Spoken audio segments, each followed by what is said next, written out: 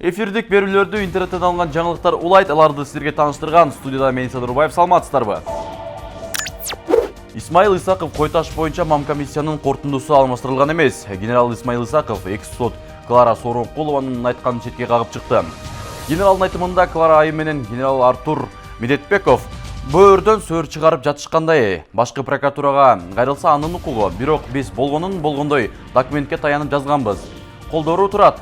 Ал документте ашык киргизилген эмес, парламентте ошол гана окулган дейт мамкомиссиянын мүчөсү Исмаил Исаков. Айнура Айылчиева, Апрель Батыры, Роза Отунбаева 2010 жыл кээ бирөөгө байлык, кээ бирөөгө кайгы алып келди.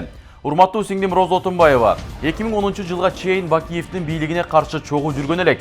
Сен деле кыргыздын карапайым жалпак жөнөкөй кыз элең. 2010 жылы революциядан кийин Кудай колдодубу? Же убактылуу өкмөттүн мүчөсү же Атамбаев колдодубу? Эл шайлабай эле шайлоосуз эле президент болуп калдың. Ушунчалык кыргыз эли кан жутуп турса, сен түрлөнүп кийинип, чет мамлекетте үй алып, сен үчүн көктөн сураганың жерден табылгандай болду.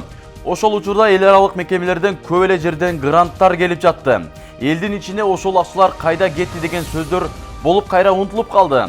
Ал гана эмес, Атамбаев менен Жээнбековдун ортосуна чагымчылдык кылып, от жаккан деген имиш сөздөр дагы бар. Эки досту ушунчалык жеткизбей ортомчу болуп, энелик же эжелик кылып, кыргыздын салтын колдонуп, жараштырып койсоң болот эле го. Же сага баары бир болсо керек. Эмне болсо ошол болсун, бири өлүп, бири калсын дегениңбе.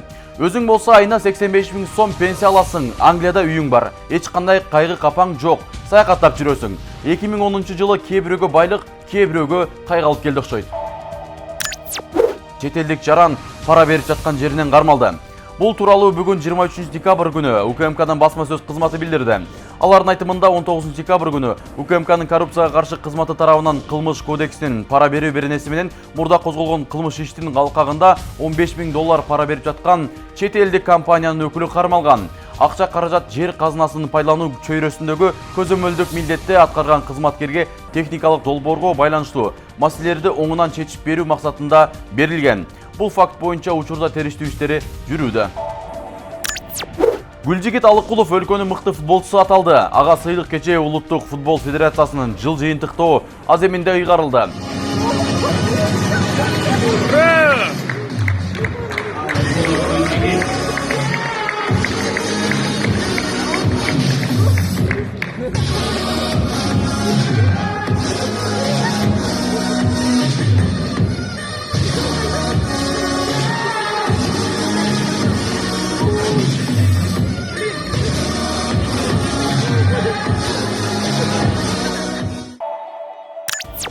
Президенттик балатынын катышуучуларын Бишкектеги 2 интернатка жайгаштырышат. Бул тууралуу мамлекеттик санитардык көзөмөлдөө борборунан билдиришти. Жаңы жылдык балаты иш-чаранын өткөрүүгө 1 881 000 сом коротулат. Жаңы жылдык майрамга 7 областтан 307 бала катышат. Алардын 120сы дүлөй балдар үчүн атайын мектеп интернатка, 187си азиз жана көрүүсү начар балдардын атайын интернатына жайгаштырылышат. Маалыматка караганда интернаттагы тарбиялануучулар үчүн окуу процесси аяктаган. Алар 22 декабрдан тарта кышкы эс алууга тарашты. Жаңы жылдык майрам 26 декабрда Улуттук филармонияда башталат. Гүлжигит Алыкулов казак клубуна ойногондон баш тартты. Ал Европаны көздөөдө. Мыкты футболчу наамын Ак Шумкардын капитаны Валерий Китчин, Эдгар Бернхард дагы көрсөтүлгөн. Сыйлык мен үчүн күтүүсүз болду. Китчин же Бернхард алат деп ойлогом, дейт Гүлжигит Алыкулов. Белгилей кетсек, Гүлжигит Алыкулов Кыргызстандын Акшумкар футболдук курама командасына быйыл гана кошулду. Ал биринчи жолу Палестина менен беттешке катышып, кийин улуттук курама менен Спартак стадионунда өткөн Мьянма менен оюнда алгачкы голун киргизди. Учурда Белоруссиянын Неман клубунда ойнойт. Оюн учурунда арлар стадиондогуларга кол салышты. Танзаниядагы Янга Иринга Юнайтед матчында калыстар жана оюнчулар кокусунан жерге жата калып, көрүүчүлөр орындуктарынан таштап кете башташкан. Көрсө оюн таласына топтошкон арлар келип, айрымдарын чагып баштагандыктан спортчуларга качууга туура келген. Жапайы арлар футболчуларга көз карандысыз кубоктун жүрүшүндө кол салышкан. Видео Twitter'деги баракчага жүктөлгөн. Талаада Янга жана Иринга Юнайтед командалары күч сынашып жаткан.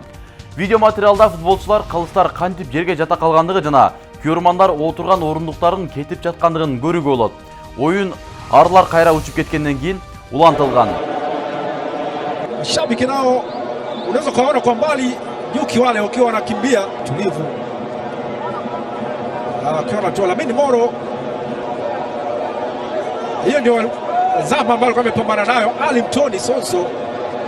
Alishaona kwamba kulala kwake basi haiwezekani, lazima anyanyuke akimbie. Алдыда кеткен интернеттен алған жаңалықтарға Нұр телеканалы жауапты емес. Кечіңіздер көңілді улансын, саламатта қалыңыздар.